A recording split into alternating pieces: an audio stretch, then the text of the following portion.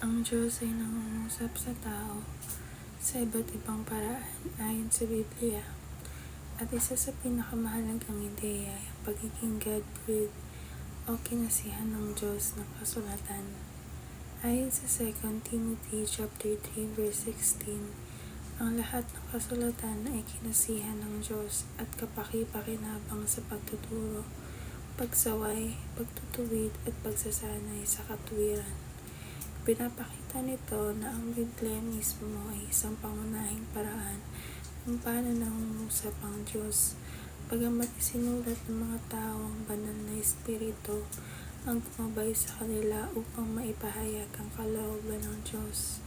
Bukod sa kasulatan, nangungusap din ang Diyos sa puso ng mga mananampalataya sa pamamagitan ng banal na Espiritu na nagbibigay ng gabay, kaalaman at pag-unawa sa lumang tipan. Nangusap siya sa pamamagitan ng mga propeta, panaginip at pangitain gaya ng karanasan ni Jose at Daniel. Sa bagong tipan naman, si Jesucristo ang naging ganap na kapahayagan ng Diyos sa tao. Sa lahat ng ito, makikita na ang Diyos ay aktibong nakikipag-ugnayan sa tao upang ihayag ang kanyang layunin, katotohanan at pag-ibig.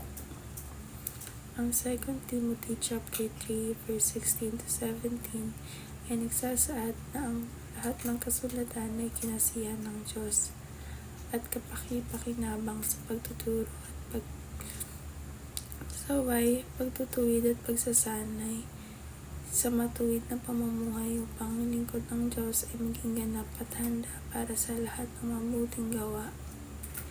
Bilang mga mananampalataya, mahalagang manindigan ng matatag sa salita ng Diyos sa gitna ng mga pagsubok, tukso at maling katuruan sa mundo. Ang Biblia ang nagsisilbing gabay at matibay na pundasyon ng ating pananampalataya. Ang salita ng Diyos ay totoo, buhay at makapangyarihan. Ito ang nagbibigay ng liwanag sa tamang landas at lakas upang mamuhay ng matuwid. Sa pamamagitan ng patuloy na pag-aaral, pagsasabuhay at pagtitiwala sa kanyang mga pangako, nagiging matatag ang ating pananampalataya at handa tayong harapin ang anumang hamon habang nananatili sa kalooban ng Diyos. Hubugin mo ang iyong buhay ayon sa karunungan ng Diyos. Sa gitna ng mga desisyon, hamon at pagbabago sa mundo, ang kanyang karunungan ang nagbibigay ng tamang direksyon at tunay na kaunawaan. Kapag isinabuhay natin ang kanyang mga turo, nagiging matatag ang ating pananampalataya at mas nagiging malinaw ang layunin ng ating buhay. Ang karunungan ng Diyos ay hindi lamang para sa kaalaman, kundi para sa isang buhay na may saysay at kapayapaan at katwiran. Maglingkod ng tapat at ihanda ang iyong sarili para sa gawain ng Diyos. Ang tunay na paglilingkod ay nagmumula sa pusong handang sumunod at magtiwala sa kanyang kalooban sa pamamagitan ng salita ng Diyos at patnubay ng banal na Espiritu. Tayo ay nililinang at pinapalakas upang maisakatuparan ang mga layunin niya sa ating buhay.